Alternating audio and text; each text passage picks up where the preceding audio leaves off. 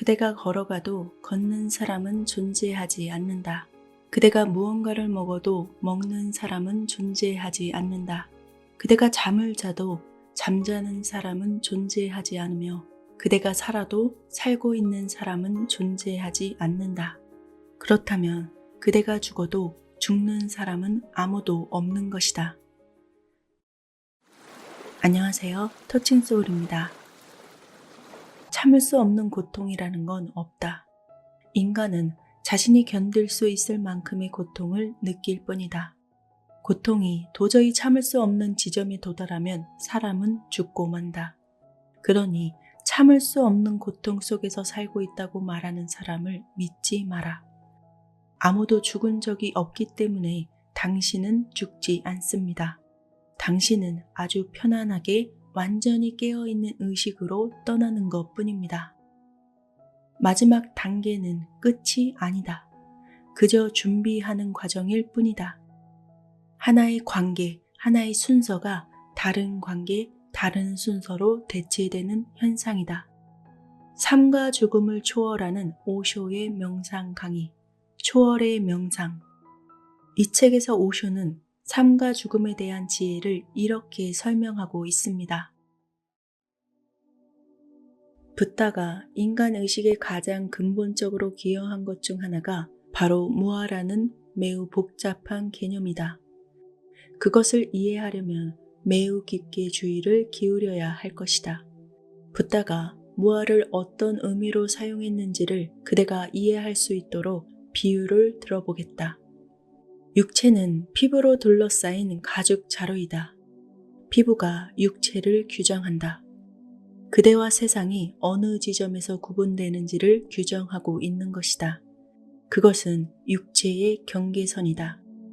세상으로부터 그대를 보호하고 세상과 그대를 구분하며 그대가 세상으로 들어가거나 세상이 그대에게 들어오도록 허락하는 일정한 틈을 부여한다. 피부가 없다면 그대는 존재할 수 없을 것이다. 그대는 자신을 둘러싼 모든 경계들을 잃고 말 것이다. 그러나 그대는 그 피부가 아니다. 그리고 피부는 계속해서 변한다. 뱀이 자신의 낡은 피부를 계속 탈피하는 것과 같다. 그대 역시 여러 번 자신의 피부를 벗고 산다. 생리학자들에게 물어보면 사람이 70년을 산다고 할 때 거의 10회 정도 피부를 완전히 벗는다고 한다. 그러나 그 과정은 매우 느리게 진행되어서 그대는 전혀 지각하지 못할 것이다. 매 순간 아주 작은 변화가 일어나기 때문에 그대는 그것을 전혀 느끼지 못한다. 그대가 느끼는 감각은 그다지 예민하지 않기 때문이다. 그 변화는 아주 미세하다. 피부는 계속 변하지만 그대는 이것이 똑같은 자신의 육체라고 계속 생각한다. 그것은 똑같은 육체가 아니다. 하나의 연속성일 뿐이다. 그대가 어머니의 자궁에 있을 때 처음에는 육안으로 보이지 않을 만큼 아주 작은 하나의 세포에 불과했다. 그때는 그것이 그대의 피부이자 그대의 육체였다. 그대는 성장하기 시작한다. 9개월이 지나고 그대가 세상에 태어난다. 그때 그대는 처음과 전혀 다른 육체를 갖게 된다. 이제 막 하루가 된 세포였던 자신의 모습을 마주해 본다면 그대는 이것이 자신이라고 알아차리지도 못할 것이다. 그대는 대단히 많은 변화를 겪으면서 살아가고 있다. 그러나 그대는 여전히 자신이 똑같다고 여긴다. 그대가 동일한 연속성이라는 점에서 보면 그대는 동일하다. 그대가 끊임없이 변화했다는 점에서 보면 그대는 똑같지 않은 것이다. 에고도 피부와 마찬가지다. 피부는 일정한 형태와 구분, 그리고 한계로 그대의 육체를 붙잡고 있다. 에고는 마음의 내용들을 어느 한계까지 붙잡고 있다. 에고는 내면의 피부라서 그대가 자신이 누구인지 아는 것이다. 그렇지 않으면 그대는 자신이 누구인지를 망각하고 말 것이다. 나는 누구이고 상대는 누구인지를 전혀 모르게 될 것이다. 자기, 나, 에고라는 개념이 그대를 여러 실용적인 측면으로 규정한다. 그것은 분명하게 그대를 타인들로부터 구분하고 있는 것이다. 그러나 그건 역시 아주 미세한 피부라서 그대의 마음에 갖고 있는 모든 내용, 그러니까 기억, 과거, 욕망, 계획, 미래, 현재, 사랑, 증오, 분노, 슬픔과 행복 등을 담고 있다. 그것은 자루 안에 모든 것을 담는다. 그러나 그대는 에고도 아니다. 그것은 계속 변화할 뿐만 아니라 육체의 피부보다 더 많이 변화한다. 에고는 매 순간 변하고 있다.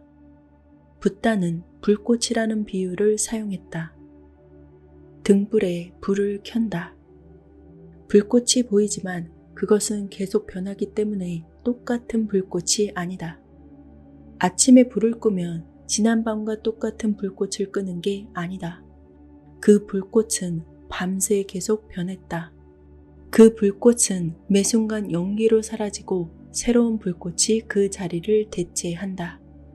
그러나 그 대체는 너무나 빨라서 불꽃이 사라지고 또 다른 불꽃이 피어나는 순간 사이에 존재하는 부재의 순간을 눈으로 볼 수는 없다. 그 움직임이 너무나 빨라서 둘 사이의 간격을 볼 수 없는 것이다. 그래서 동일한 불꽃이 아니라 하나의 연속성에 불과하다. 그러나 여전히 그것은 같은 불꽃이기도 한 것이다. 그대가 자신의 부모로부터 태어난 것처럼 그대는 하나의 연속성이다. 그대는 똑같지 않다. 그대는 자신의 아버지도 아니고 어머니도 아니다. 그러나 여전히 그대는 자신의 아버지이면서 어머니이다. 동일한 전통, 혈통, 계보를 이어가고 있기 때문이다.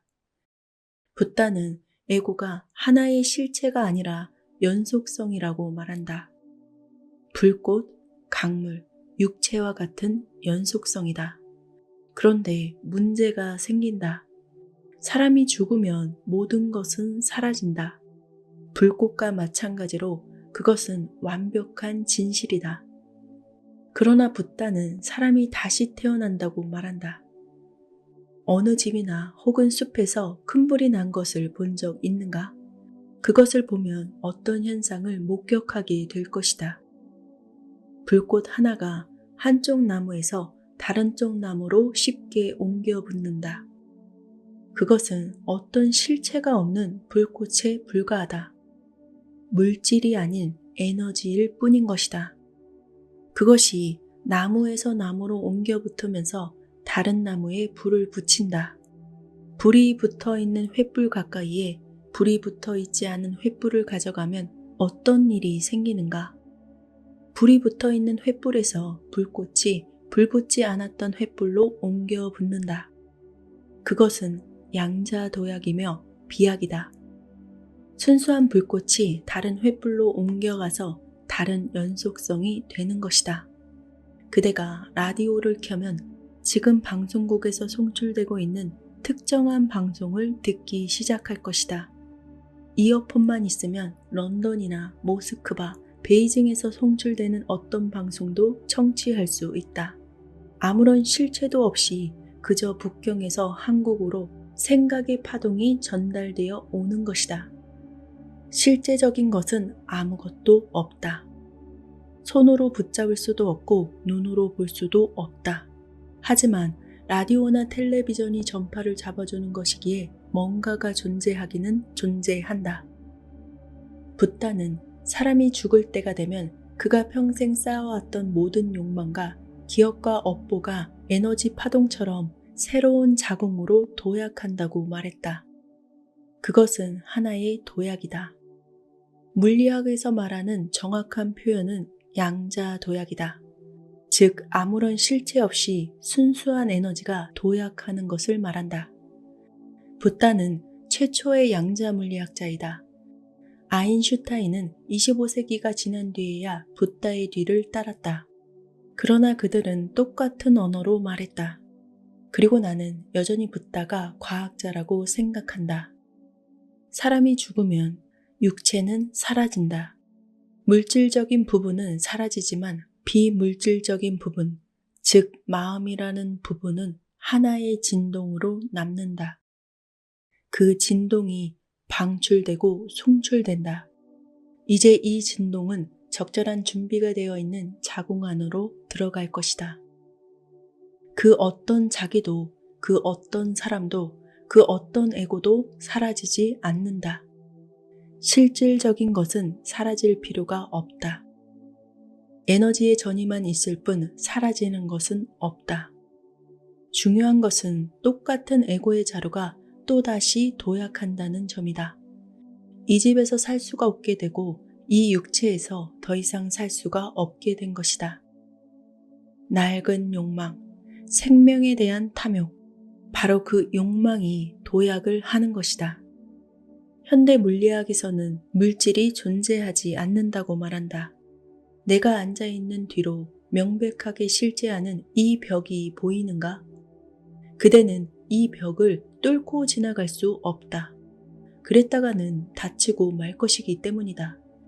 하지만 현대 물리학은 그것이 전혀 실제하는 게 아니라고 말한다. 그것은 놀라운 속도로 움직이는 에너지에 불과하다는 것이다. 바로 그런 속도로 인해서 실제하는 물질의 모습처럼 환상을 만든다고 말한다. 선풍기가 빠르게 돌아가는 모습을 본 적 있을 것이다. 그러면 선풍기의 날개들이 보이지 않는다. 3개의 날개가 있지만 너무 빨리 돌아가서 하나의 원이나 하나의 접시처럼 보인다. 날개들 사이의 간격이 전혀 보이지 않는 것이다. 선풍기 날개가 전자들이 움직이는 엄청난 속도로 동일하게 움직인다면 그대는 그 위에 앉아도 떨어지지 않을 것이다. 내가 의자에 앉아 있는 것처럼 그 위에 앉아 있을 수 있지만 너무 속도가 빨라서 전혀 움직임을 느끼지 못할 것이다. 그대가 앉아 있는 마룻바닥에도 똑같은 일이 벌어지고 있을 것이다. 그것은 대리석 바닥이 아니다. 단지 그렇게 보일 뿐이다. 에너지의 입자들이 너무 빨리 움직이고 있어서 그 속도, 그 움직임이 물질이라는 환상을 만들고 있는 것이다. 물질은 존재하지 않는다. 오직 순수한 에너지만 존재한다. 현대과학은 비물질의 에너지만 존재한다고 말한다. 그래서 나는 붓다가 매우 과학적이라고 말하고 있는 것이다. 그는 신에 대해서 말하는 게 아니라 비물질의 무아에 대해서 이야기한다. 현대과학이 그 이론으로부터 물질이라는 개념을 얻었듯이 붓다는 자신의 이론으로부터 자기라는 개념을 얻어왔다. 자기와 물질은 상호관계에 있다. 벽이 비물질이라고 믿기 어려운 것처럼 무아가 그대 안에 존재한다는 것도 믿기 어려울 것이다. 그대가 아침 산책을 하며 걷고 있다. 그대가 걷고 있다. 이런 말은 언어 자체가 문제를 일으킨다. 우리의 언어 자체가 문제가 된다. 누군가가 걷고 있다고 말할 때 우리는 걷고 있는 누군가, 즉 걷는 사람이 존재한다고 여긴다. 걷는 사람이 없다면 어떻게 걷는 것이 가능한지 우리는 묻는다.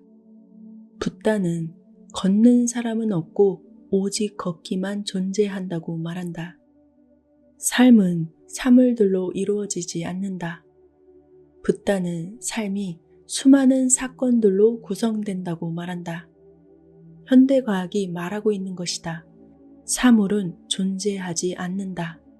오직 수많은 과정들 그리고 무수한 사건들만 존재하고 있는 것이다. 삶이 존재한다고 말하는 것조차 옳지 않다. 수많은 살아가는 과정들만 존재하고 있다. 삶은 그저 하나의 개념에 불과하다. 사실 삶이라고 하는 건 존재하지도 않는다. 어느 날 하늘에 먹구름이 몰려들고 천둥과 번개가 친다고 해보자. 번개가 치면 과연 그대는 번개 뒤에 뭔가가 있는 건가? 누가 번개를 치고 있는 거지? 번개라는 것은 무엇일까? 라고 묻는가? 그대는 단지 번개는 번개일 뿐이다. 그 뒤에는 아무도 없다. 그것은 그저 하나의 자연스러운 과정이며 번개라고 하는 게 존재하는 건 아니다. 그것은 단지 번개일 뿐이다. 라고 말할 것이다. 이원성은 언어로 인해 생긴다. 그대가 걷고 있다고 해보자. 붓다는 오직 걷는 행위만 존재한다고 말한다. 그대가 생각을 하고 있다. 붓다는 생각하는 사람이 아니라 그저 생각하는 과정만 존재한다고 말한다. 생각하는 사람이라는 개념은 언어에 의해서 만들어진 것이다. 우리는 이원성의 기초를 둔 언어를 사용하기 때문에 그것이 만물을 이원성으로 구분하고 있는 것이다. 그대가 생각을 하고 있는 동안 수많은 생각의 매듭이 생겨난다. 그러나 생각하는 사람이란 존재하지 않는다.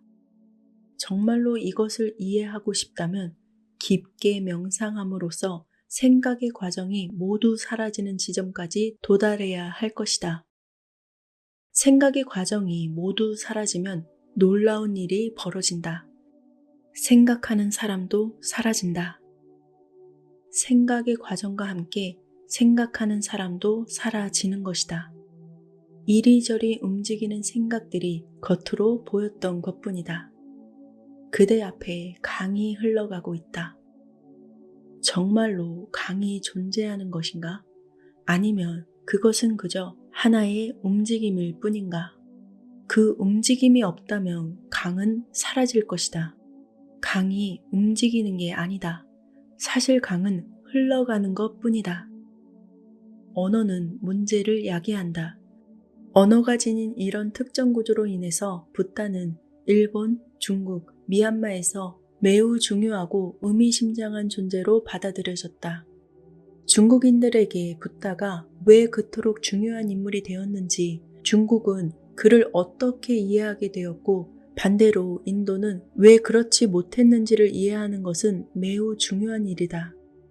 중국은 불교의 이데올로기에 완벽하게 적합한 언어를 갖고 있다. 중국어, 한국어, 일본어, 미얀마어는 영어, 힌디어, 그리스어, 라틴어, 독일어와 완전히 다른 언어 구조를 갖고 있다. 성경이 처음 미얀마어로 번역되었을 때 큰 문제가 있었다. 신은 존재한다 라는 문장은 미얀마어로 번역할 수가 없다. 그것은 미얀마어로 번역하면 신이 되어가고 있다가 된다. 미얀마어에는 이다가 없기 때문에 신은 존재한다. is로 번역할 수 없다. 정지됨을 의미하는 이다에 해당하는 언어가 없는 것이다. 나무가 있다라고 말할 때 미얀마어로는 나무가 되어가고 있다라고 말해야 한다. 강이 있다가 아니라 강이 흐르고 있다라고 말해야 하는 것이다. 그러나 신이 되어가고 있다라고 말하는 것은 매우 곤란한 일이다. 신은 이미 완벽함으로 되어갈 수 있는 존재가 아니기 때문이다. 신은 과정이 아니며 성장의 가능성은 없다. 신은 이미 신이 되었다. 그는 절대적인 존재이다. 어떻게 되어가는 존재라고 말할 수 있겠는가? 이것은 언어가 가진 아주 난감한 문제다. 그러나 붓다는 미얀마, 중국, 일본, 한국의 마음을 곧바로 꿰뚫고 들어갔다. 그들의 마음을 관통해서 들어간 것이다. 언어의 구조가 그것을 가능하게 만들었다. 그 나라 사람들은 붓다를 매우 쉽게 이해할 수 있었던 것이다. 삶에는 사건들만 존재한다. 먹는 행위는 존재하지만 먹는 사람은 존재하지 않는다. 먹는 행위를 바라보라. 과연 먹는 사람이 존재하는가? 배가 고픈 허기는 존재하지만 배가 고픈 사람은 아무도 존재하지 않는다. 먹는다. 먹는 행위는 존재하지만 먹는 사람은 아무도 존재하지 않는다. 허기가 채워지면 만족감을 느낀다. 이런 만족감은 존재하지만 만족한 사람은 아무도 존재하지 않는다. 붓다는 삶이 사건들로 이루어진다고 말한다. 삶은 살아간다는 뜻이다. 삶은 명사가 아니라 동사이다. 가만히 지켜보라. 그러면 정지된 것은 아무것도 없고 모든 만물이 되어가고 있다는 것을 알 수 있다. 모든 만물은 정지되지 않고 움직이고 있다. 쉬다 혹은 휴식을 생각해보자. 쉬고 있는 것은 아무것도 없으므로 그 단어는 틀렸다. 그대는 오로지 쉬고 있는 뭔가를 본 적 있는가? 그대가 휴식을 한다고 해도 그것은 휴식이 아니다. 쉬고 있는 것이다. 그것은 하나의 과정이다. 쉬고 있는 중에도 뭔가는 계속 일어나고 있다. 그대는 쉬고 있으면서 여전히 호흡을 하고 있을 것이다. 누워서 쉬고 있다.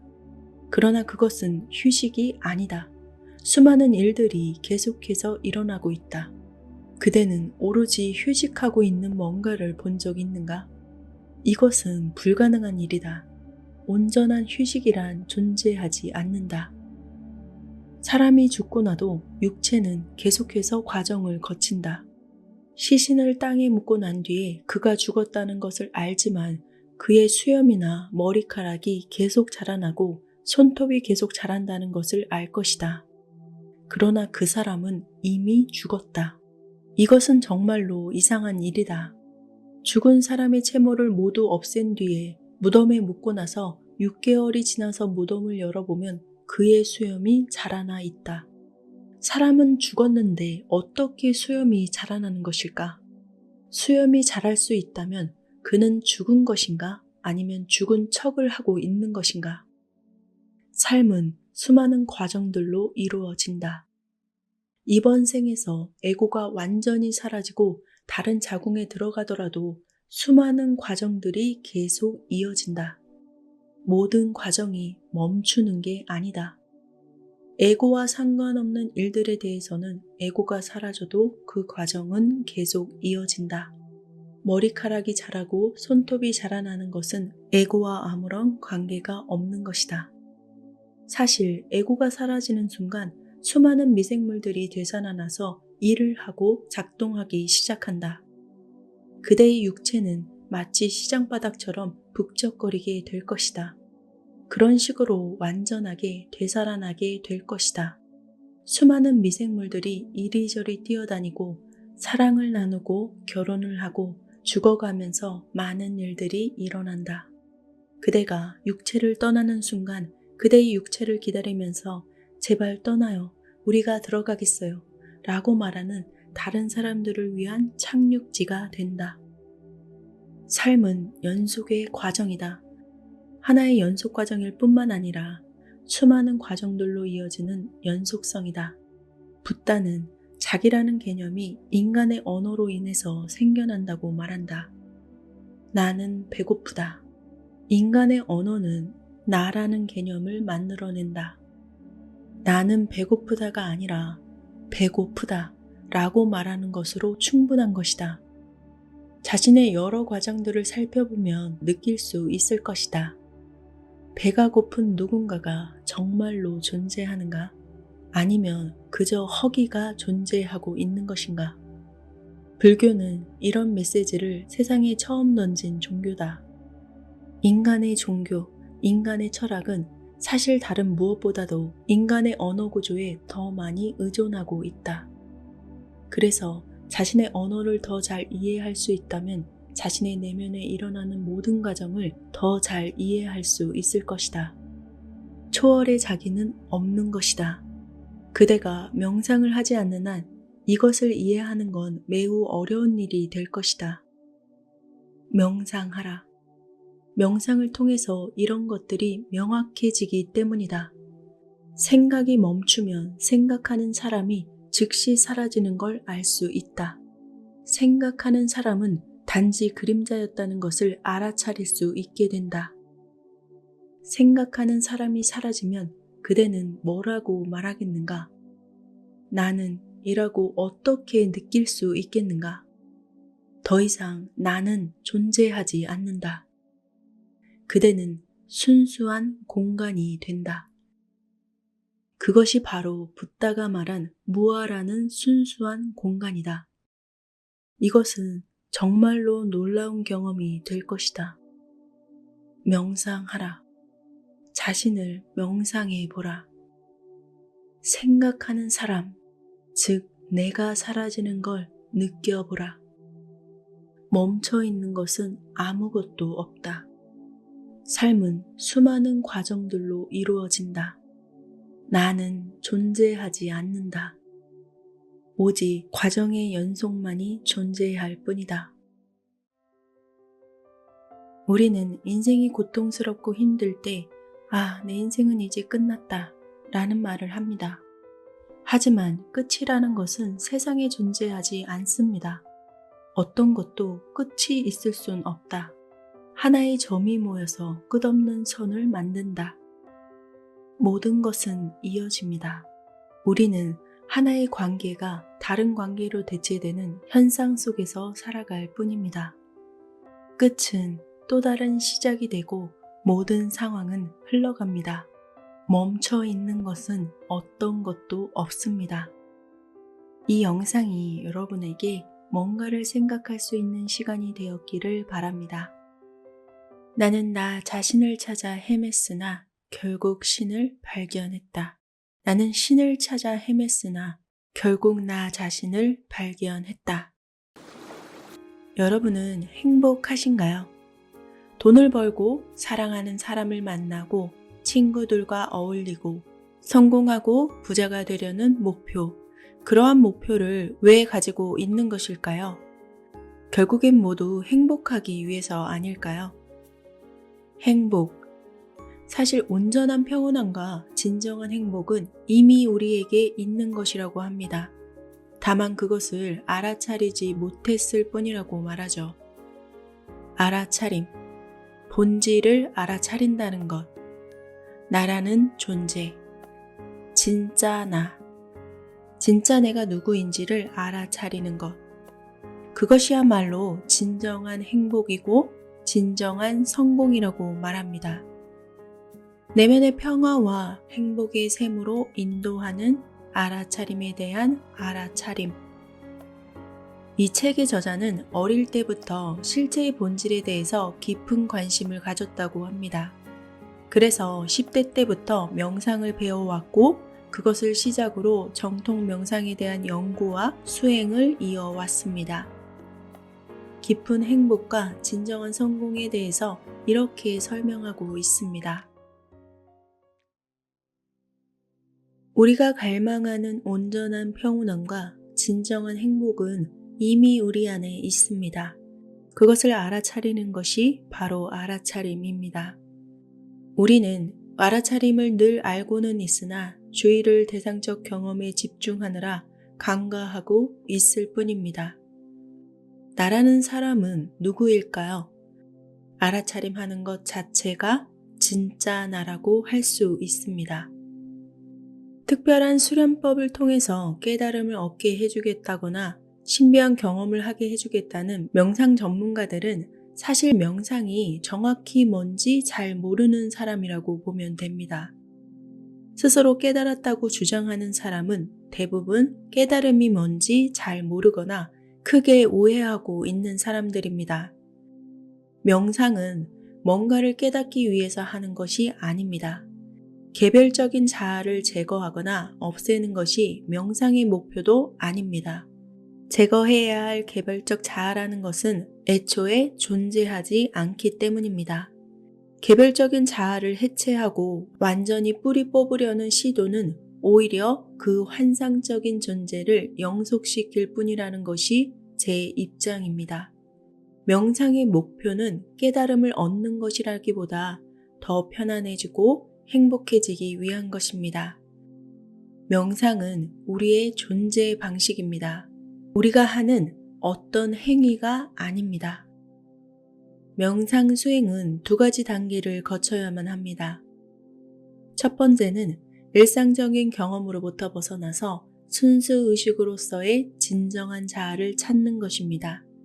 두 번째는 다시 일상적인 삶과 현실적인 경험으로 되돌아가서 순수 의식과 실제 경험을 통합하는 것입니다.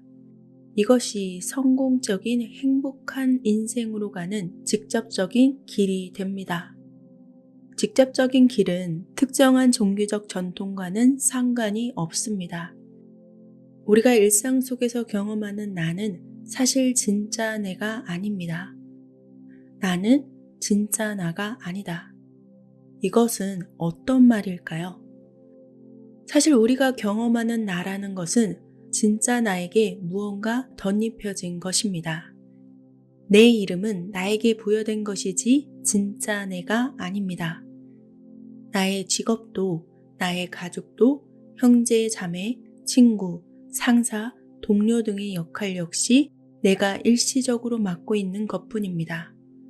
내 집, 내 차, 내 오디오, 내 전화기, 그런 것들 모두 다 내가 잠시 갖고 있는 것이지 나 자신이 아닙니다. 내게 부여된 모든 것, 내가 맡고 있는 모든 역할, 내가 갖고 있는 모든 것, 이 밖에 나를 한정짓는 모든 것을 다 제외하고 남는 것이 진짜 나입니다. 그 진짜 나의 다른 이름이 곧 알아차림입니다. 내가 이러저러한 경험을 하고 있음을 늘 알아차리고 있는 존재, 그 존재가 바로 나입니다. 많은 사람들은 내 것과 나를 구분하지 못합니다. 마치 내 것이 진짜 나인 것처럼 생각하곤 하죠. 내가 휴대폰을 잃어버린다고 해서 나의 본질적인 어떤 부분이 사라지는 것은 아닙니다. 내게 이름이 없다고 해서 내가 존재하지 못하는 것도 아닙니다. 내가 지금 입고 있는 옷, 내가 사는 집, 내가 운전하는 차, 나의 지위, 나의 권력, 나의 이미지, 그 밖에 내가 소유하고 있는 모든 것 역시 휴대폰과 마찬가지로 내 것이긴 하지만 내가 될 수는 없는 것입니다. 내 것을 곧 나라고 착각합니다. 말하자면 내 손 안의 휴대폰이 곧 나라고 착각을 하고 있는 것과 같은 원리입니다. 이 엄청난 착각으로부터 수많은 번뇌와 괴로움, 그리고 두려움과 분노가 발생합니다. 내 생각이나 나의 감정도 일시적으로 내 것일 뿐 내가 아닙니다. 기억이나 느낌, 이 모든 것들이 다 마찬가지입니다. 내가 알아차릴 수 있고 설명할 수 있고 인식할 수 있는 것들은 모두 다 내 경험과 인식이 대상이 될 뿐, 즉 내가 지닌 어떤 것이 될 뿐 나 자신이 아닌 것입니다. 일상적인 관념에서 나의 일부라고 믿었던 것을 하나하나 살펴보면 나라고 할 만한 것은 하나도 없을 것입니다. 그렇다면 진짜 나는 어디에 있을까요? 나는 인식 주체입니다. 경험의 주체입니다. 나는 알아차리고 인식하고 경험하는 주체입니다. 따라서 나에 대한 묘사는 불가능합니다. 실체라고 할 수 있는 것도 없습니다. 인식 대상이 될 수 없기 때문에 그렇게 말할 수 없습니다. 눈이 눈을 볼 수 없듯이 나는 나를 볼 수 없고 경험할 수도 없습니다. 내가 경험할 수 있는 나에 관한 모든 것은 나의 본질이 아니라 그저 내 것에 불과한 것들입니다. 그렇기 때문에 인식 주체로서의 진짜 나의 자리는 늘 텅 비어 있습니다. 공이라고 말합니다. 텅 비어 있는 것이 나의 자리입니다. 그러나 없는 것은 아닙니다. 인식 주체로서의 나는 분명히 존재합니다. 없는 것이 아니라 늘 있습니다. 그러나 늘 비어 있습니다. 텅 빈 곳과도 같습니다. 공간이 있어야 사물이 존재할 수 있습니다. 우리가 볼 수 있고 느낄 수 있는 것은 사물일 뿐이지만 그러한 사물의 존재를 통해서 우리는 공간이 존재한다는 것을 알고 있습니다. 존재하는 모든 사물들의 배경에는 공간이 반드시 존재합니다. 꽉 채워진 방 안에 공간이 없으면 더 이상 다른 사물을 놓을 수 없게 됩니다. 이처럼 존재하는 모든 사물들의 배경에는 공간이 반드시 존재해야 합니다. 마치 존재하는 모든 소리에는 고요함이 배경으로 존재하는 것과 같습니다. 공간이 고요함은 모두 텅 비어 있는 배경과도 같은 존재입니다. 텅 비어 있는 배경으로서 늘 거기에 그렇게 존재하는 것이 바로 나입니다. 그것이 배경자라고 말합니다. 텅 비어 있는 그 자리는 알아차림의 자리이고 명료한 의식의 주체로서 배경자입니다. 이게 진짜 나인 것입니다. 인식의 주체는 경험의 대상이 아니기 때문에 묘사나 설명이 불가능하지만 무언가를 인식하고 있다는 것을 알아차리는 순간 인식의 주체의 존재는 부정할 수 없게 됩니다. 나는 인식의 대상으로서가 아니라 인식 주체로서 늘 거기에 그렇게 존재합니다. 내 생각이나 감정이나 느낌이 곧 내가 아니라 나에게 일어나는 일련의 사건들이라는 것을 분명히 깨달을수록 나는 그러한 것들에 휩쓸리지 않고 한 걸음 떨어져서 바라볼 수 있게 됩니다. 인식 주체로서의 나는 늘 고요하고 평온하고 흔들리지 않는 존재라는 것도 점차 분명하게 알 수 있게 됩니다. 홍수가 나서 세상이 휩쓸려 내려가도 나는 물이 닿지 않는 모래섬에서 한 걸음 떨어져서 홍수를 바라볼 수 있게 되는 것입니다. 이것이 바로 나 자신을 섬으로 삼고 피난처로 삼아서 의지한다는 뜻이 됩니다. 평온함과 행복이 우리 자신의 본질이라면 왜 우리는 항상 평온함과 행복을 경험하지 못하는 것일까요? 이것은 누구에게나 떠오르는 의문이 될 것입니다. 왜 다른 일반적인 경험과 마찬가지로 행복도 가끔씩 경험하게 되는 것일까요?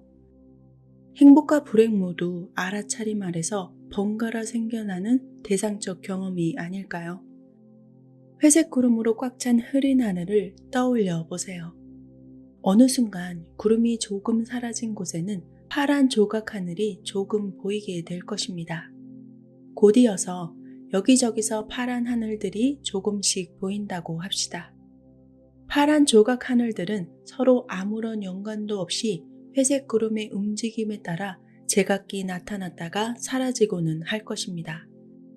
이렇게 구름 덮인 하늘을 바라보자면 하늘이란 원래 회색 구름으로 꽉 찬 공간이고 파란 조각 하늘은 제한적이고도 일시적으로 구름 안에서 잠시 나타나는 것이라고 믿을 수도 있겠습니다. 하지만 파란 조각 하늘을 자세히 탐구해보면 사실 그것은 늘 존재하는 하늘의 일부가 살짝 드러난 것이며 회색 구름이 오히려 파란 하늘 안에서 일시적으로 나타났다가 사라지곤 하는 것이라는 점이 분명해집니다. 행복이라는 것은 마치 잿빛 구름 사이로 파란 하늘이 살짝 드러나는 것과도 같습니다. 대부분의 사람들에게는 행복이라는 것은 그저 불만족이라는 구름이 잠시 없어진 일시적인 상태에 불과하며 사람들은 그 행복한 상태로부터 얼른 도망가 버리고는 합니다. 하지만 우리가 마음의 본래적 모습을 깊이 탐구해 본다면, 즉 생각, 느낌, 감각, 지각의 여러 층위를 뚫고 내려가서 우리 마음의 본질적이고도 환원 불가능한 실체에 도달할 수 있게 된다면 우리는 항상 그곳에서 파란 하늘과도 같은 평온함과 온전한 충족을 발견하게 될 것입니다. 하늘의 파란 조각처럼 행복은 처음에는 가끔 발생하는 일시적인 경험의 형태로 나타납니다. 하지만 좀 더 탐구해보면 행복은 항상 존재하며 우리 경험의 이면에서 언제나 접할 수 있다는 사실이 드러나게 될 것입니다. 이렇듯 행복은 불행과 더불어서 번갈아 일어나는 일시적인 경험이 아닙니다. 파란 하늘과 구름이 서로 반대가 아니듯이 행복과 불행이 서로 반대는 아닙니다. 구름이 파란 하늘을 잠시 가리고 있듯이 불행은 행복을 잠시 가리고 있는 것 뿐입니다. 행복이란 우리의 본성이며 어떤 조건과 상황에서도 마음의 원천에 우리 자신의 핵심부에 늘 존재하고 있습니다. 행복은 획득될 수 있는 것이 아닙니다. 다만 드러날 수 있을 뿐입니다. 우리는 대상적 경험의 일종으로 행복을 경험할 수는 없습니다. 행복은 우리의 본래적 상태이기 때문입니다. 우리는 그저 행복 그 자체가 될 수 있을 뿐입니다. 우리는 불행 그 자체가 될 수는 없습니다. 불행은 우리가 대상적 경험만으로 알아차릴 수 있기 때문입니다. 우리는 어떠한 대상을 경험하는 순간 이미 그러한 경험을 하고 있다는 사실을 알게 됩니다. 우리는 모든 대상적 경험을 알아차립니다. 현재 하고 있는 생각, 어린 시절의 기억, 현존하는 어떤 감정이나 느낌, 고통이나 배고픔, 지금 듣고 있는 내용, 창밖으로 보이는 경치. 우리는 이 모든 것을 경험하면서 동시에 그러한 사실을 알아차리게 됩니다. 이처럼 알아차리기는 모든 경험에 내재되어 있습니다.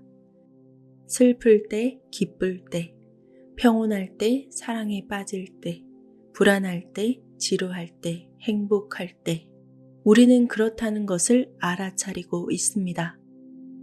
우리가 지금 그렇게 느끼고 있다는 것을 알아차리고 있습니다. 알게 되거나 경험하는 것이 어떤 것이든 우리는 모두 알아차리고 있습니다. 사실 알아차리기란 시간의 흐름 속에서 존재하는 연속적인 사건이 아닙니다. 오히려 알아차리기는 시간을 초월해서 지금 여기에 현존하는 것입니다. 알아차리기는 경험의 특정 조건이나 질에 좌우되지 않습니다. 경험이 얼마나 즐겁든 괴롭든 좋든 나쁘든 옳든 그르든 모두 상관없이 모든 경험 속에서 똑같이 빛나고 있습니다. 영화 내용과는 상관없이 스크린은 똑같이 보이는 것처럼 말입니다. 우리가 허용하지 않는 한 영화에서 벌어지는 그 어떤 특정 상황도 스크린을 가릴 수는 없습니다. 마찬가지로 우리가 허용하지 않는 한 그 어떠한 대상적 경험도 알아차리기의 경험을 가리지 못합니다. 그러나 우리가 허용한다면 마치 영화 내용이 스크린의 존재를 가리는 것처럼 보이기도 합니다. 우리가 가리는 것을 허용하지 않을 때 알아차리기의 경험은 자명해집니다. 알아차리기의 경험을 경험의 전면으로 나오게 하고 생각, 이미지, 느낌, 감각, 지각이 배경으로 물러서게 하셔야 합니다.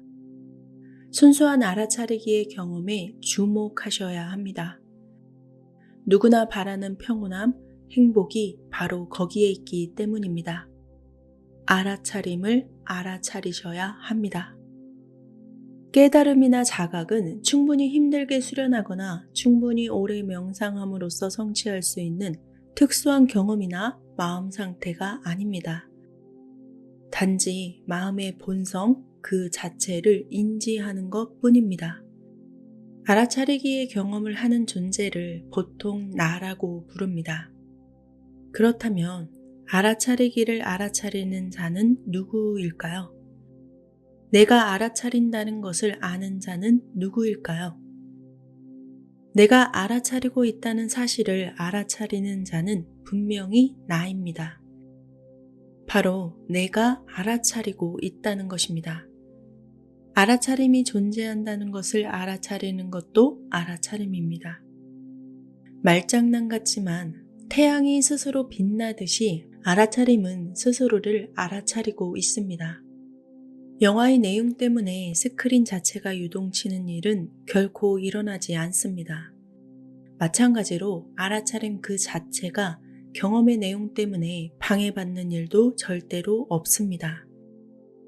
생각이 뒤흔들리고 감정이 고통스럽고 몸이 아프고 세상이 어지럽게 보일 수는 있습니다. 하지만 순수한 알아차림 그 자체는 이러한 경험 중에 일어나는 그 어떤 것에도 동요하지 않습니다. 따라서 알아차림의 본질은 평온함 그 자체입니다. 경험의 배경에서 항상 존재하는 본래의 평온함이며 마음의 활동 여부와는 상관이 없고 오히려 그에 앞서는 평온함입니다. 인간의 이해를 넘어서는 평온함이라고 보시면 될 것입니다. 경험하는 중에 발생하는 어떤 것도 알아차림의 경험을 늘리거나 줄이지 못합니다. 영화 속에서 무슨 일이 벌어지든 스크린에는 아무것도 추가하거나 없애지 못하는 것과 마찬가지입니다. 알아차리기는 지식을 습득하거나 특정 경험을 한다고 해서 결코 강화되지도 않고 손상되지도 않습니다. 특정 경험으로부터 아무것도 얻지 않으며 아무것도 잃어버리지도 않습니다. 알아차림은 그 자체로 온전하며 완전하고 충족되어 있는 것입니다. 알아차림의 본질이란 행복 그 자체입니다. 모든 상태, 환경, 조건으로부터 자유로우며 독립적이면서 이유 없는 기쁨입니다. 이유 없는 기쁨. 영화가 상영되는 스크린 그 자체는 영화 속 등장인물이나 사물의 특성, 특징, 한계를 공유하지 않습니다. 비록 스크린만이 영화에서는 유일한 실체임에도 불구하고 그 한계를 공유하지 않는 것입니다. 마찬가지로 알아차림은 경험되는 대상의 특성, 특징, 한계를 공유하지 않습니다. 따라서 어떠한 제한도 없고 무한합니다.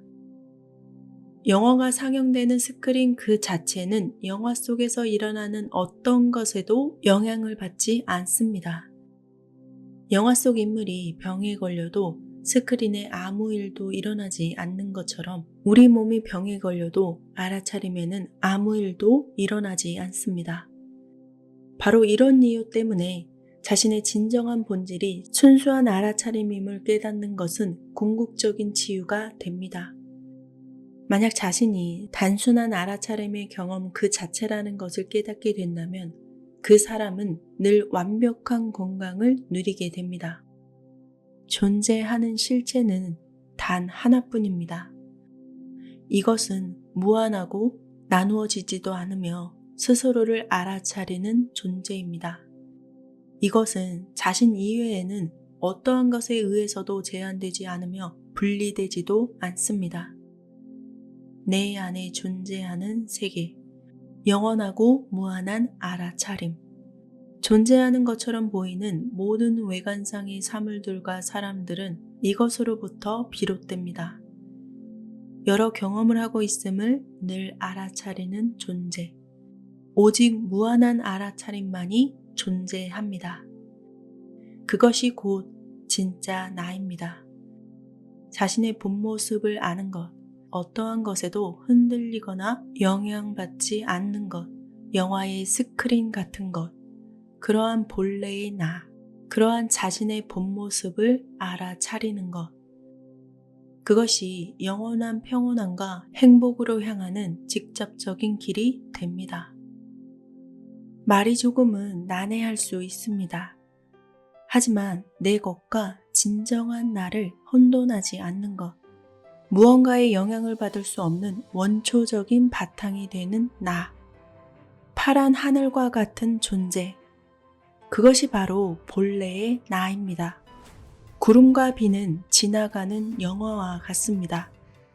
어떤 장르의 영화가 펼쳐져도 바탕이 되는 스크린은 언제나 그대로입니다.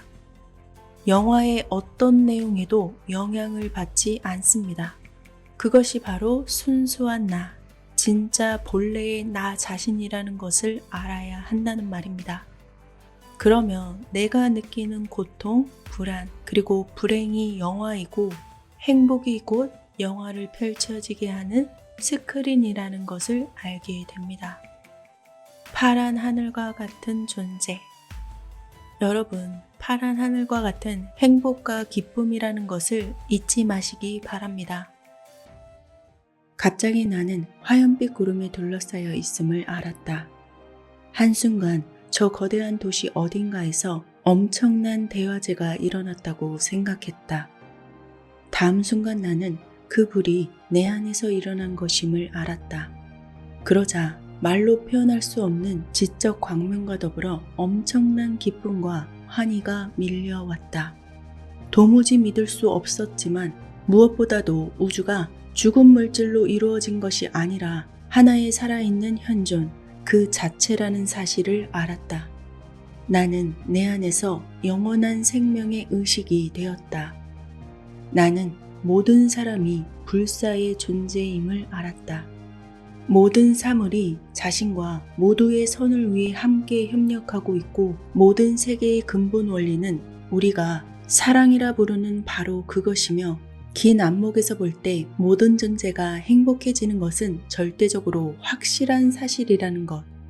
우주의 질서란 바로 이런 것임을 알았다.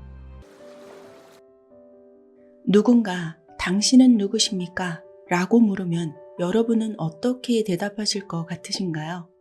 나는 이러저러한 사람이다 라고 대답할 때 여러분 머릿속에서 어떤 작업을 하고 있는지 가만히 들여다본 적 있으실까요?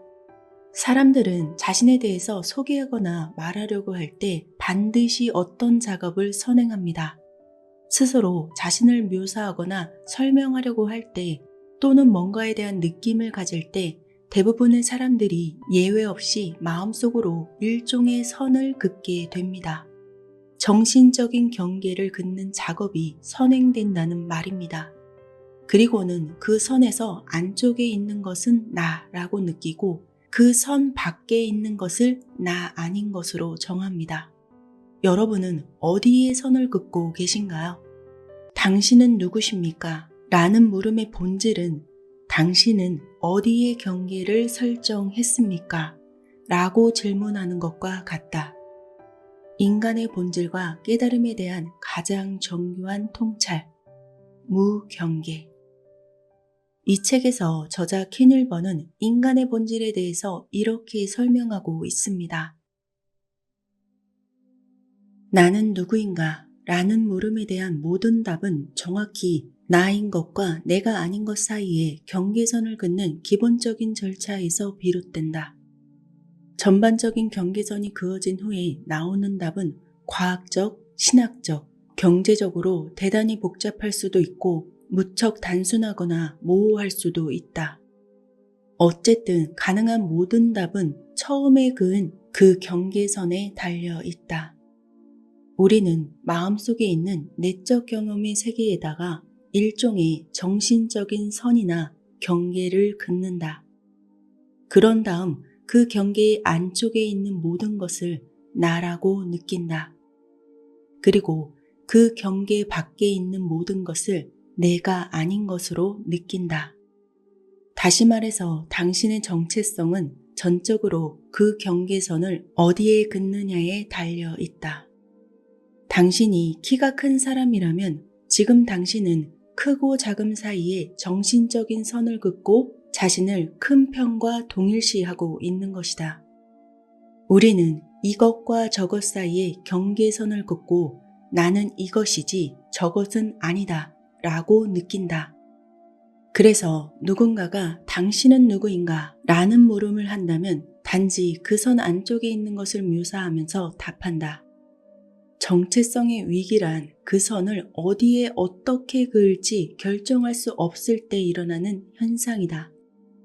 피부 경계선의 안쪽에 있는 것을 모두 나이며 그 밖에 있는 것은 모두 내가 아니다 라고 말한다. 우리는 일단 피부를 나와 나 아님의 경계로 인식한 후에 그 나라는 유기체의 내부에 좀 더 의미 있는 또 다른 경계를 긋기 시작한다. 당신은 자신이 몸이라고 느끼는가? 아니면 몸을 갖고 있다고 느끼는가? 대부분의 사람들은 자동차나 집 또는 다른 물건들을 소유하고 있는 것처럼 자신이 몸을 갖고 있다고 느낀다. 그러므로 몸은 나라기보다 나의 것처럼 보인다. 그런데 나의 것은 정의상 나와 나 아님의 경계선 밖에 놓여 있는 것이다. 이처럼 사람들은 나라는 유기체 속에서도 특정 부분을 좀 더 친밀하게 느끼면서 강하게 그것과 동일시한다.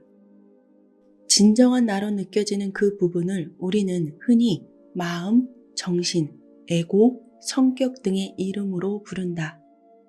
생물학적으로는 몸과 마음, 정신과 육체, 에고와 육신을 서로 떼어놓거나 근본적으로 갈라놓을 어떤 근거도 없다.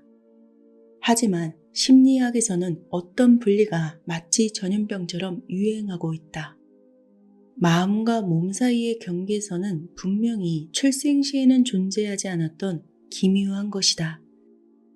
그러나 성장 과정을 통해서 나와 나 아님의 경계가 그어지고 그것이 더욱 강화되기 시작할 때 우리는 점차 자신의 몸에 대하여 모순된 감정을 품게 된다. 몸을 경계선 안에 포함하는 것이 좋을까? 아니면 이질적인 영역으로 외면하는 것이 좋을까? 어디에 경계선을 긋는 것이 좋은 것일까? 왜 대극이 생겨났는지 의문을 가져본 적이 있는가? 왜 가치 있게 여기는 모든 것이 한 쌍의 대극 중 어느 한쪽인 것일까? 왜 모든 결정은 대극 사이에서 일어나는 것일까? 왜 모든 욕망은 대극에 기초해야 하는 것일까? 모든 공간과 방향이 대극으로 이루어짐을 주목해 보라. 위, 아래, 안과 밖, 높음과 낮음, 길고 짧음, 남과 북, 크고 작음, 여기와 저기, 꼭대기와 밑바닥, 왼쪽과 오른쪽, 또한 당신이 진지하게 생각하는 모든 것과 중요하게 여기는 모든 것이 한 쌍의 대극 중 한 극이라는 사실에 주목해보라. 선과 악, 삶과 죽음, 즐거움과 고통, 천사와 악마, 자유와 속박, 뿐만 아니라 사회적, 미적 가치관도 성공과 실패, 아름다움과 추함, 강함과 약함, 지성과 어리석음과 같이 언제나 대립적인 용어로 진술된다. 가장 추상적인 것조차도 그 기저에는 대극이 있다. 논리학은 진실과 허위의 관점을 두고 있으며 인식론은 외관 대 실제, 존재론은 존재 대 비존재에 관심을 두고 있다. 우리의 세계는 마치 거대한 대극의 집합체인 것처럼 보인다. 이것은 생각하면 생각할수록 놀라운 정도로 기묘한 일이 아닐 수 없다. 이 대극의 세계에 대하여 자연은 전혀 알지 못하는 것 같기 때문이다. 자연은 진실한 개구리와 거짓 개구리를 키우지 않을 뿐더러 도덕적인 나무와 부도덕한 나무, 옳은 바다와 잘못된 바다와 같은 것도 만들어내지 않는다. 자연 속에서 윤리적인 산과 비윤리적인 산 같은 것은 흔적조차 찾아볼 수 없다. 적어도 대자연에는 그런 것이 존재하지 않는다. 자연은 절대적으로 사과하지 않는다. 자연은 오름과 그름이란 대극을 알지 못한다. 물론 우리가 대극이라고 부르는 속성들 중 일부는 대자연 속에도 존재하는 것처럼 보인다.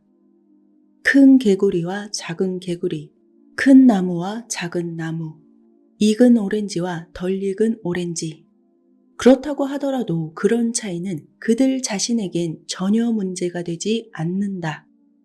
자연 세계에서도 당연히 삶과 죽음이 있다. 하지만 그건 역시 인간 세계에서와 같은 끔찍한 면을 가진 것으로 보이지는 않는다. 늙은 고양이는 죽음이 임박했다고 해서 공포의 급류에 휩쓸리지 않는다. 그저 조용히 숲으로 들어가서 나무 밑에 웅크리고 앉아서 죽음을 맞을 뿐이다. 병든 울새는 버드나무 가지에 편안하게 앉아 황혼을 바라본다.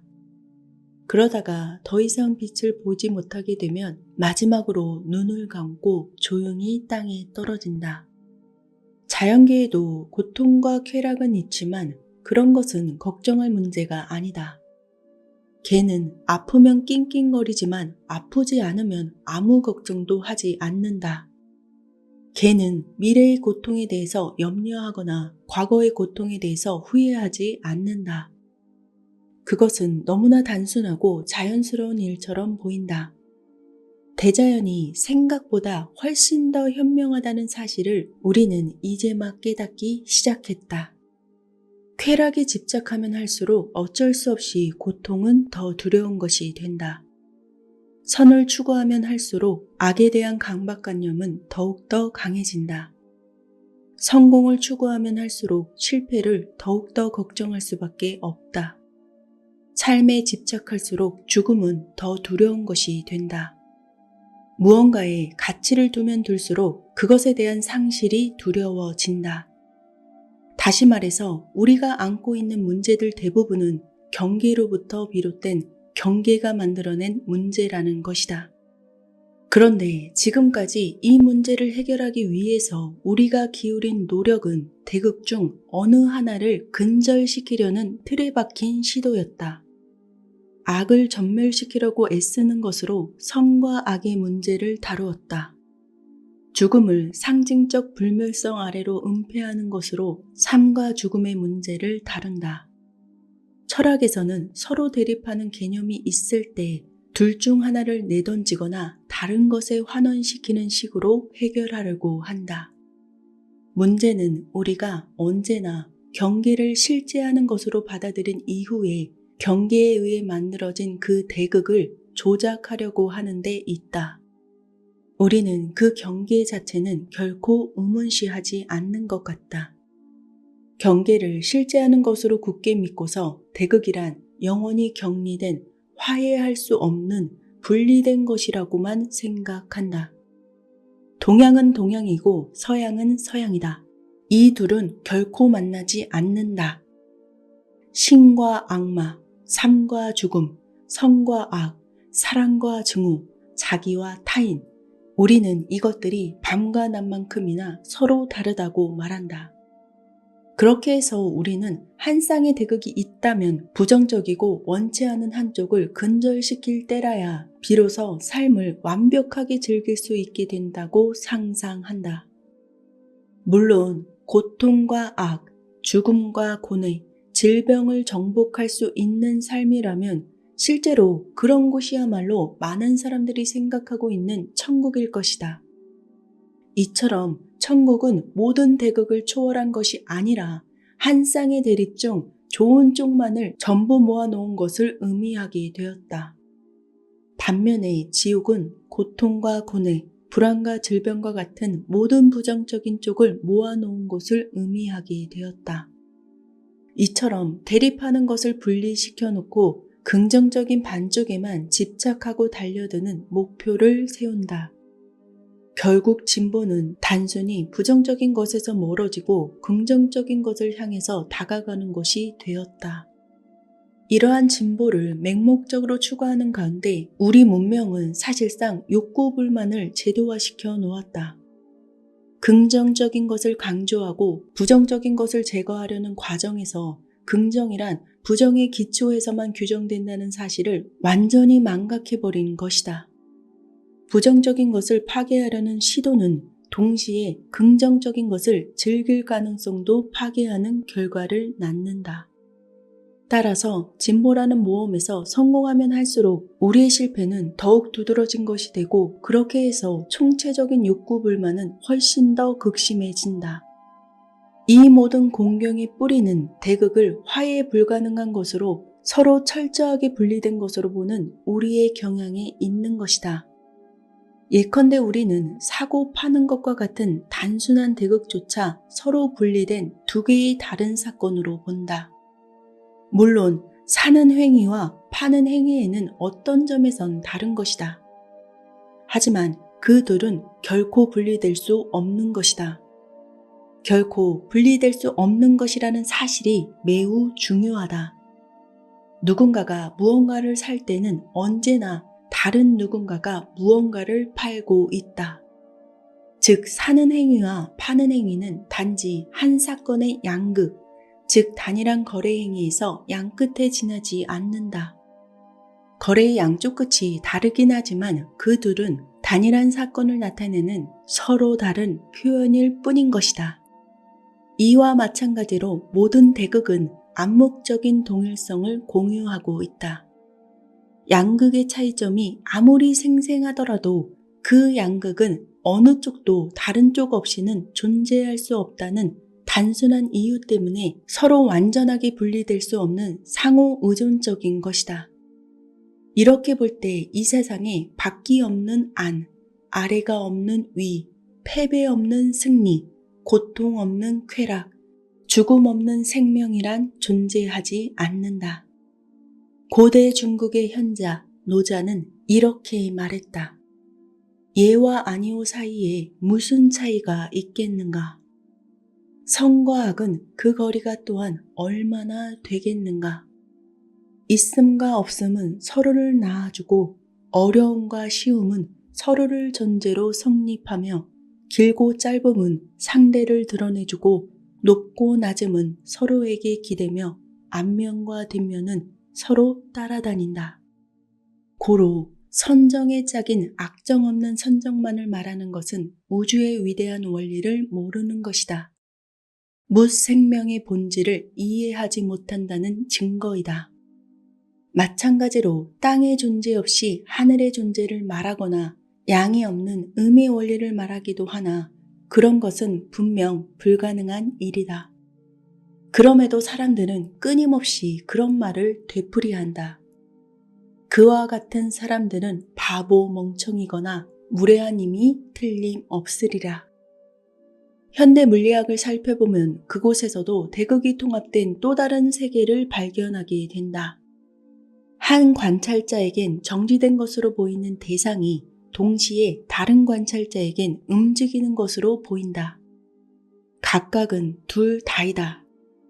우리가 주체와 객체라고 부르는 것은 사고파는 행위처럼 그저 단일한 과정에 접근해가는 두 가지 방식에 지나지 않는다. 시간과 공간 역시 그러하기 때문에 우리는 더 이상 어떤 대상이 공간 속에 놓여 있다거나 아니면 시간 속에서 일어난다고 할 수 없다. 다만 우리는 시공간적 사건만을 논할 수 있을 뿐이다. 현대 물리학자들은 실제란 오직 대극이 합일된 상태로밖에 달리 생각할 수 없다고 주장한다. 실제란 대극의 일치라고 부르는 것과 같다. 궁극적인 실제는 대극이 통일된 상태이다. 대극의 일치라는 관점에서 보면 우리가 전적으로 분리되고 화해 불가능한 반대극이라고 생각하는 것들이 사실은 본래 하나이자 동일한 실제의 상보적 측면들인 것이다. 모든 궁극적 요소들은 본질적으로 진동한다. 우리가 흔히 화해할 수 없다고 생각하는 원인과 결과, 과거와 미래, 주체와 객체와 같은 모든 사물과 사건이 실제로는 단일한 진동, 단일한 파도에 해당한다. 하나의 파도는 그 자체로 단일한 사건이지만 최고점과 최저점이라는 대극을 통해서만 자신을 드러낼 수 있다. 실제는 어느 한쪽에서는 발견되지 않고 오직 그 둘의 통일에서만 발견된다는 말이다. 우주의 개개의 요소들은 근저의 에너지 또는 현상이 진동하는 양상, 즉 밀물과 썰물인 것이다. 우리가 빛이라고 부르는 것은 실제로는 어두운 배경 위로 부각된 밝은 형상이다. 깜깜한 밤중에 하늘을 보고 밝게 빛나는 별을 지각할 때 내가 실제로 보고 있는 것, 내 눈이 실제로 받아들이고 있는 것은 분명히 별이 아니라 시야 전체 또는 밝은 별과 어두운 배경이라는 전체장이다. 밝은 별과 어두운 배경 사이의 대비가 아무리 강렬하더라도 중요한 것은 어느 하나가 없으면 다른 것도 절대로 지각할 수 없다는 것이다. 정지와 관련시키지 않고는 운동을 지각할 수 없다. 안락함 없이는 수고로움을, 단순함 없이는 복잡성을, 혐오감 없이는 매력을 지각할 수 없다. 지금 이 순간 내가 아주 편안하고 즐겁다고 느끼더라도 불편함과 고통이라는 배경이 없다면 결코 그것을 알 수 없을 것이다. 쾌락과 고통이 번갈아 교차하는 것처럼 생각되는 것은 바로 이 때문이다. 고통 없이는 결코 쾌락을 인식할 수 없다. 쾌락과 고통을 알 수 있는 것은 이들의 상호 대비와 교차 속에서만 가능하기 때문이다. 따라서 한쪽을 좋아하고 다른 쪽은 몹시 싫어하더라도 그 둘을 떼어놓고 고립시키려는 시도는 쓸데없는 짓이다. 긍정적인 것을 강조하고 부정적인 것을 제거하려는 것은 자각이라는 파도 자체를 제거하려는 노력과 같다. 세계를 그저 분리된 대극으로 볼 때 삶이 왜 그토록 불만스러운 것이 되는지, 왜 진보가 성장이 아니라 암적인 것이 되는지를 이제나마도 이해할 수 있을 것이다. 소위 고통 없는 쾌락, 악이 없는 선 따위에 집착할 때 우리는 실체가 없는 유령을 쫓고 있는 꼴이 된다. 따라서 우리의 문제는 풀기 어려운 것이 아니라 성립되지 않는 넌센스인 것이다. 질량과 에너지, 주체와 객체, 삶과 죽음 같은 모든 대극은 결코 분리될 수 없을 만큼 서로에게 의지하고 있지만 우리들 대부분은 여전히 그 사실을 받아들이기 어려워하기 때문이다. 궁극의 실제는 대극이 합일된 상태이다. 이러한 말은 실제로는 궁극의 실제에는 아무런 경계가 없다라는 뜻이다. 그 어디에도 경계가 없다. 자연 속의 선들은 겉으론 나누는 역할을 하지만 동시에 내적으론 양극을 합친다. 예를 들어서 오목면을 나타내는 선을 그어보자. 하지만 동일한 선이 볼록면도 만들어낸다는 점에 주목하기를 바란다. 이것이야말로 도가의 현자 노자가 모든 대극은 상호적으로 동시에 발생한다 라고 말한 의미와 같다. 오목한 면과 볼록한 면은 동시에 존재한다. 오목한 면이 없이는 볼록한 면이 있을 수 없다. 그 선이 볼록면과 오목면을 분리해낸다고 말할 수도 없다. 여기에는 오직 한 개의 선밖에 없다. 그 선은 전적으로 둘 다를 공유하고 있다. 그 선은 오목면과 볼록면을 구분짓기는커녕 오목면의 외선은 동시에 볼록면의 내선이 된다. 어느 한쪽은 다른 쪽 없이 절대 존재할 수 없다. 내가 아무리 오목한 면만 그리고 싶다고 해도 그 한 개의 선이 또한 볼록면도 동시에 그리게 되기 때문이다. 따라서 모든 대극은 언제나 치밀하게 서로를 포용하도록 운명지어져 있다. 우리가 자연 속에서 발견한 모든 선은 단지 대극을 구분짓기만 하는 것이 아니라 나눌 수 없는 일체로서 둘을 함께 묶는다는 것이다. 다시 말해서 모든 선은 경계가 아니다. 모든 선은 두 개를 하나로 잇는 것이다. 정신적인 것이든 자연적인 것이든 논리적인 것이든 하나의 선은 그저 나누고 구분짓기만 하는 것이 아니라 또한 묶고 결합시키기 위한 것이다. 그렇기에 모든 경계는 환상에 지나지 않는다. 경계는 실은 나눌 수 없는 것을 나누는 척만 할 뿐이기 때문이다. 현실 세계에서는 선은 있지만 실질적인 경계는 존재하지 않는다. 안쪽은 바깥쪽과 공존한다는 점을 망각할 경우 선은 그저 나누기만 할 뿐 통합시키지 않는다고 상상할 경우 그 선은 경계가 되고 만다. 따라서 선을 긋는 것은 괜찮지만 그 선을 경계로 받아들이는 실수를 범해서는 안 된다는 말이다.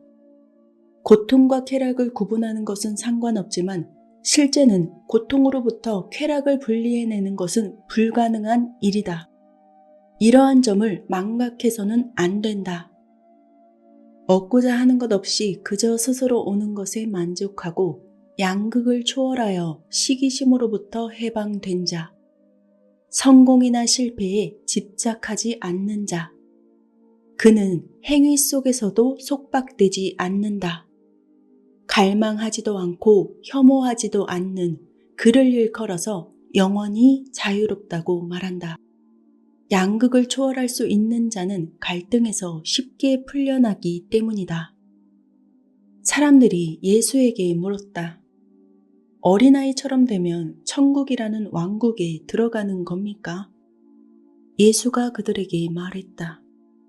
너희가 둘을 하나로 만들 때 안을 밖처럼 밖을 안처럼 위는 아래처럼 만들 때 너희는 그 왕국에 들어가게 되리라. 양극을 분리하고 고립시키려는 시도는 고무줄 양끝을 서로 완전히 분리시키려고 애쓰는 것과 같은 짓이다. 그때 우리가 할 수 있는 일이란 고무줄이 끊어질 때까지 점점 더 세게 잡아당기는 일일 뿐이다. 전 세계의 모든 신비전승에서는 대극의 환상을 깨뜨려 본 사람을 해탈한 자라고 부른다. 왜냐하면 그들은 양극으로부터 해방되었으며 양극의 싸움에 따르는 본질적으로 무의미한 문제와 갈등으로부터 해방되었기 때문이다. 그들은 더 이상 평화를 찾기 위해서 대극의 어느 한쪽을 조작하지 않는다. 그 둘을 초월하여 넘어간다. 선악 중에 어느 하나가 아니라 그 둘 다를 넘어선다는 말이다. 그들은 죽음에 대항하는 삶이 아니라 그 둘을 초월하는 자각의 중심이 된다. 대립 없음, 비이원성, 이러한 관념은 힌두교와 대승불교의 핵심이다. 빛과 그림자, 긴 것과 짧은 것, 검은 것과 흰 것, 그것들은 단독으로는 존재할 수 없다. 실제가 아니라 관계성을 말하는 단어들이다. 대립과 투쟁을 해소하는 데 필요한 것은 서로 투쟁하고 있는 양극 중 긍정적인 것을 취해 진보시키는 재주 부리기가 아니라 모든 경계를 허무는 일이다.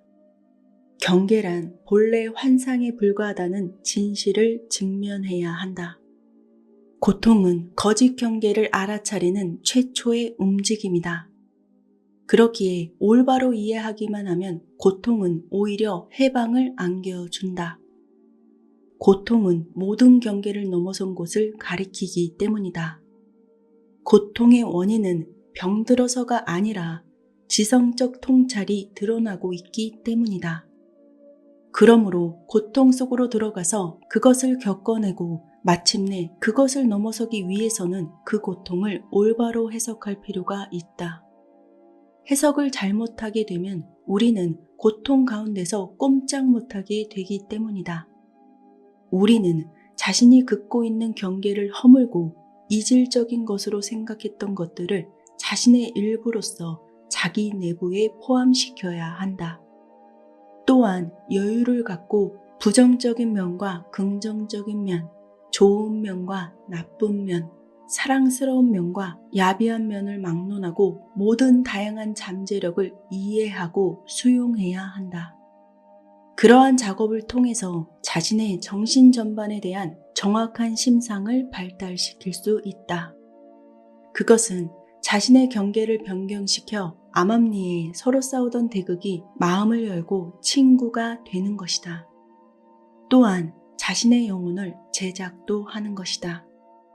그렇게 되면 자신의 모든 것이 바람직한 것은 아니라고 할지라도 그 또한 좋아할 만한 것이라는 것을 알게 될 것이다. 우리가 모든 대극이 실은 하나임을 깨닫는다면 아마도 진보의 충동은 멈출 것이다. 양극이 실은 하나였다는 사실을 알게 될 때 모든 불안은 조화로 녹아들고 투쟁은 춤이 된다. 오랜 숙적은 연인이 된다. 그렇게 되면 우리는 우주의 절반이 아니라 우주의 모든 것과 친구가 된 자리에 서 있게 될 것이다. 존재의 조건은 상호 배타적이지 않다. 만물은 본질적으로 둘이 아니라 하나이다. 여러분은 저자의 말을 어떻게 들으셨나요? 어떤 분이 저에게 이런 말을 한 적이 있습니다. 인생은 좋은 생각만 하면서 착하게 살면 되는 거야. 그 말에 저는 궁금했습니다. 그래서 제가 물었습니다. 좋다는 것은 무엇일까요? 또한 착하다는 것은 무엇입니까? 그분이 이렇게 대답했습니다. 그야 나쁘지 않은 것이 좋은 것이고 좋은 마음으로 남을 돕는 것이 착한 것이다. 법적으로 어긋나는 일은 옳지 않다라고 말할 수는 있지만 사실 착하고 나쁜 것, 옳고 그름은 정확히 어떤 것이라고 정하기는 정말 어려운 일입니다. 모든 개인마다 다른 시각을 가지고 있으니까요. 휠체어를 탄 분을 돕고자 하는 마음으로 뒤에서 아무 말 없이 밀어주었는데 휠체어를 탄 분이 이런 말을 합니다. 이렇게 밀어주는 것은 오히려 저에게 방해가 됩니다. 마음은 고맙지만 그냥 저 혼자 가는 게 편합니다. 내가 생각하는 착한 일은 남에게는 좋지 않은 일이 될 수도 있다는 말입니다. 자신의 감정을 바라볼 때도 마찬가지입니다. 나를 웃게 하는 것은 좋은 것, 고통은 무조건 나쁜 것. 이런 생각에 자신을 묶어두고 계시진 않으실까요? 출산의 고통 없이는 새로운 생명의 탄생도 없다라는 말이 있습니다. 여러분이 어딘가에 선을 긋고 이건 내가 취해야만 하는 것, 저것은 내 것이 되면 안 되는 것이라고 한쪽에만 과한 집착을 하고 계시지는 않을까요? 누군가 당신은 누구십니까? 라고 묻는다면 어떻게 대답하실 건가요? 모든 다양한 잠재력을 이해하고 수용하는 것. 스스로가 세운 경계를 스스로 무너뜨리고 마음의 의식을 확장해 가는 것. 그러한 작업이 바로 자신의 정신을 발달시키는 것이라고 합니다. 경계가 없는 삶, 무경계. 그러한 마음가짐이 여러분에게 깊은 통찰을 가져올 것입니다.